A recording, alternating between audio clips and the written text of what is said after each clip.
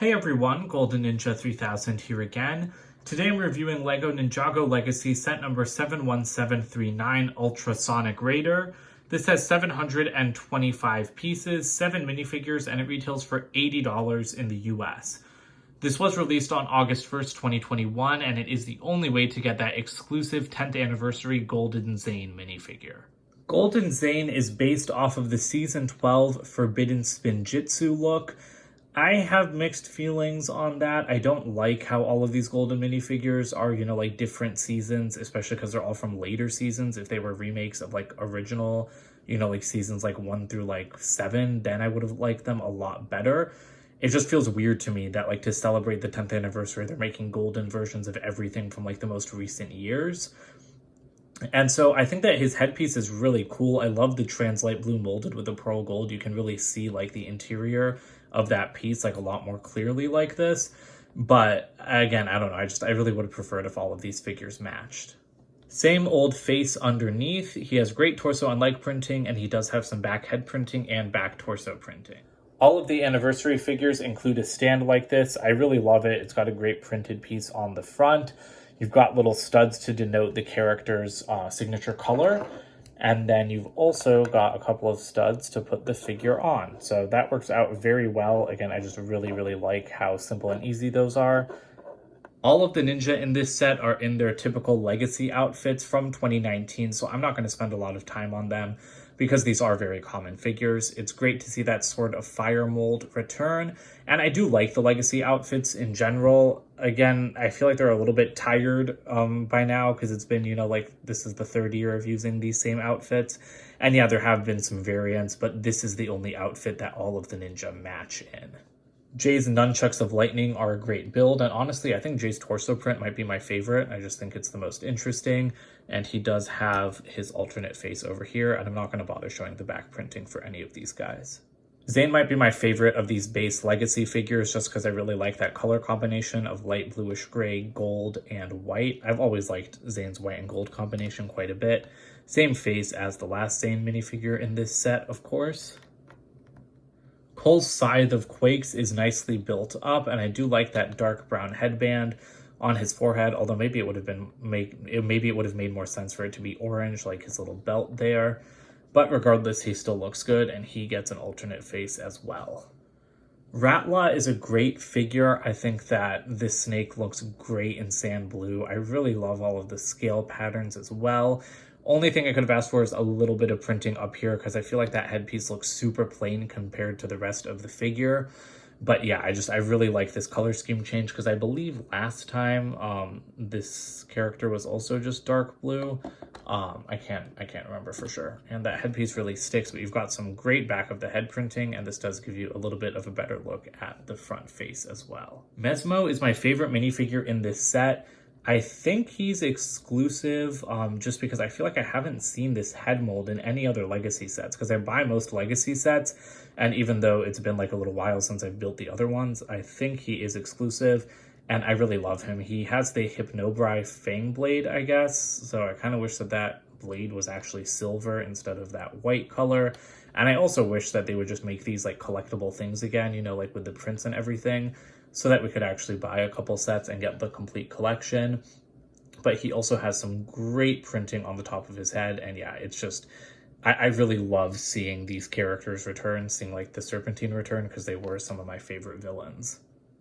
Here is the Ultrasonic Raider itself, and right off the bat, I'm going to tell you guys why I don't like this set. This is not the Ultrasonic Raider. It is just not. I'll elaborate more in a little bit as we start getting into the play features, but this is just not the vehicle that the Ninja used in Season 1. It is not what they built in the junkyard, and so honestly, I'm kind of mad that LEGO released this set under that name because it is just not the same vehicle.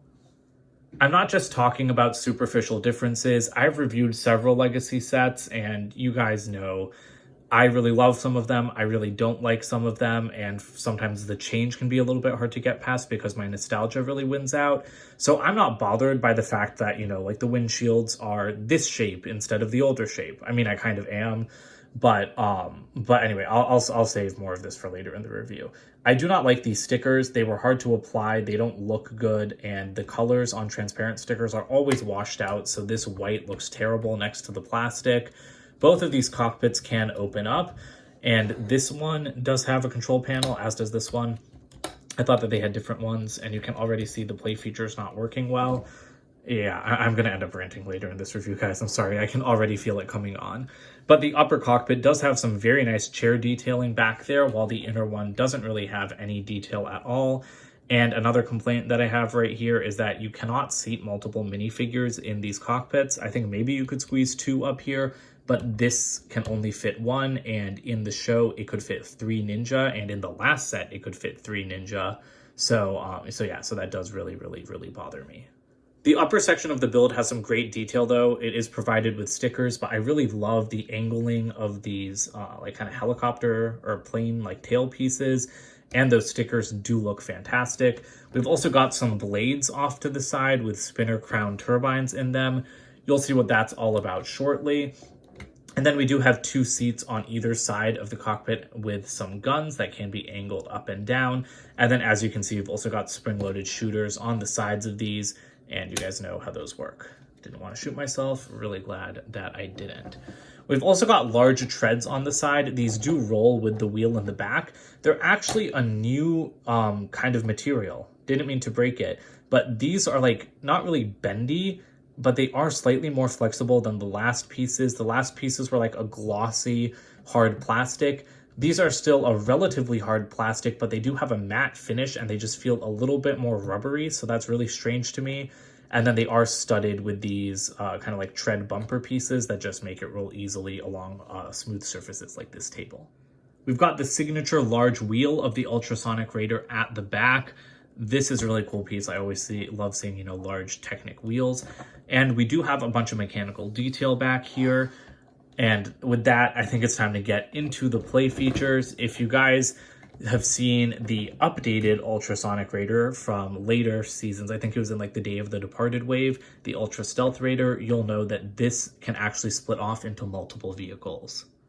So you can grab the entire upper section, from right here and pop that off. We'll take a look at that in a second. Then you can pull forward the side treads. And then now you can tell why this cockpit was moving. All you have to do is move that back, and now you have 4 separate vehicles. So this whole multi-vehicle split thing is straight out of the Ultra Stealth Raider set, except, hey, it's executed 10 times worse here. So starting with the big bike, you can already see where the problems are. This thing can't stand up on its own, and there's no kickstand. That's already a major downgrade for me. I owned the original Ultrasonic Raider. I still do. It's just super dismantled, and I don't think I'll ever be able to piece it back together. I owned the Ultra Stealth Raider as well, but I ended up selling it. So I know how both of these things worked. I loved the giant bike on the Ultra Stealth Raider, but here it just sucks. So it can't stand up. And the other thing is that this entire section is just left like loose and flopping. There is no way to actually secure this to the base of the bike. So if you're just, trying to play around with this, it's just going to like go spinning and mess everything up. And that really irritates me. I don't think that's a good design at all. And again, LEGO executed this design perfectly in 2016, so I'm really surprised that they couldn't even have a simple locking mechanism on a set in 2021.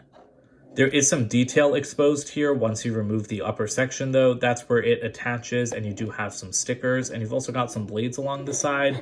And I do want to mention that I really like the way that this side area is built up as well. These are where the smaller bikes lock into. And I also like the Ninjago movie style rice hats on the kind of sides of the large wheel at the back.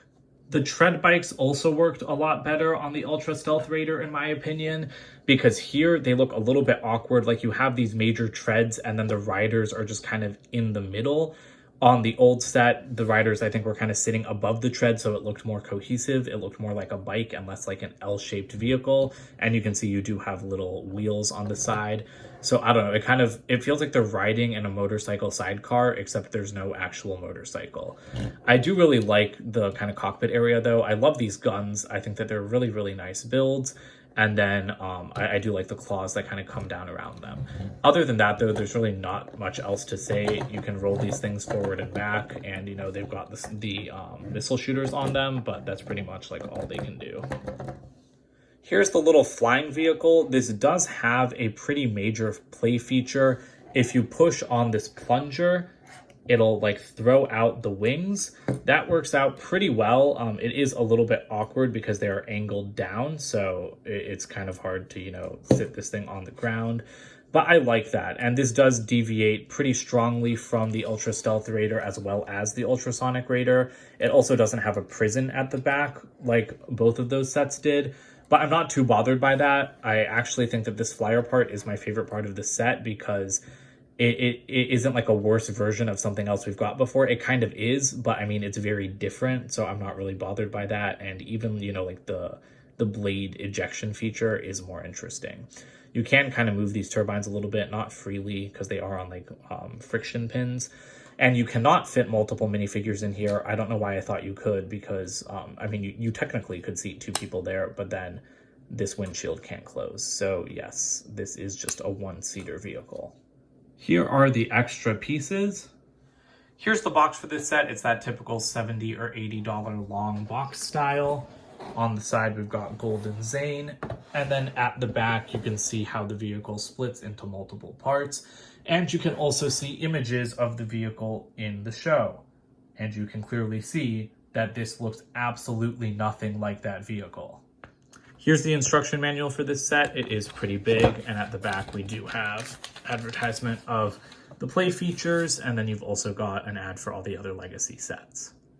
So I'm going to go ahead and apologize again because it's time for my rant. This is easily the worst Ninjago Legacy set that LEGO has ever made, and I don't say that lightly. Like I said, there have been a lot of Legacy sets that I like and a lot of Legacy sets that I dislike. Sometimes it's about my nostalgia. Sometimes I just don't like the play features on them. Sometimes I think that they don't need to have been remade so like large and over detailed, which is the case with stuff like the Thunder Raider for me. But I just think that this set is crap because it's called the Ultrasonic Raider. Don't sell me a worse version of the Ultra Stealth Raider and try to pass it off as a completely different vehicle. This thing is not the Ultrasonic Raider at all. It looks nothing like it. It has none of the functions of it. I mean, the Ultrasonic Raider in Season 1 never once split into 4 different vehicles. It had transparent black canopies that were curved. It had like major fireballs. It had a prison at the back. It had like a much larger, different flyer. The central cockpit could fit 3 people. This is in no way the Ultrasonic Raider. It is literally just a worse version of 2016's Ultra Stealth Raider. And that's okay. This set should have just been called the Ultra Stealth Raider and come with different villains, and then like half of my problems would disappear. Because at least then it would actually be the vehicle that it's claiming to be.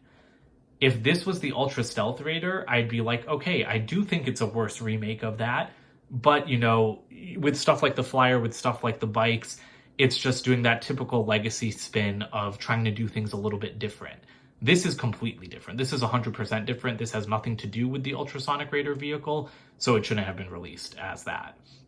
So that pretty much sums up my thoughts on the set. I also think that as a toy, it is just infuriating. These bikes are good. I mean, appearance aside, my own issues aside, I don't think that this set is terrible for kids today, because I think that the bikes are still good toys, even though I don't love the look of them. The central bike, I still stand by. I think that this is a bad toy because it can't stand up on its own 2 wheels. It doesn't have any shooting functions or anything, and the stupid cockpit can just fly around everywhere because it doesn't lock into place.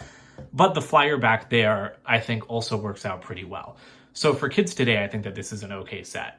For a fan of Ninjago like me, who's been a fan since 2011, I think that it's the worst Ninjago Legacy set that LEGO's ever made. I won't go as far as saying it's the worst Ninjago set, period, because I'm sure there's been something worse, but it's easily the worst Legacy one, and I'm really sad because I was excited for an Ultrasonic Raider remake because the original was like one of my favorite sets growing up. So yeah, I'm really, really ticked off about this set, and I hope the designers stop pulling this crap because I feel like Legacy has been going downhill in like 2021 a little bit, and I want to make a separate video about Legacy, but based on the set list for 2022, I think it's going to keep going downhill, and if the sets are going to be like this, then I'm going to tap out. I'm not going to buy any more Legacy sets because I only bought this for Golden Zane. Otherwise, I would have skipped it entirely because I think it's just that bad. I also think that this set is a pretty terrible deal for $80. It is not worth that $80 price point whatsoever. And I don't know, like I think that this would be a decent $70 set. At $80, it's just overpriced, and I'd highly recommend that if you guys want an Ultrasonic Raider or you want an Ultra Stealth Raider, save up and buy the old versions, buy them used, buy them new. I don't know how much they cost now. I'm sure they cost a lot more than this, but just save your money because I don't think this is worth it if you're, like a longtime Ninjago fan. So don't forget to comment, like, and subscribe, and check out my website, goldenninja3000.com, and I'll see you guys in more videos soon. Bye for now.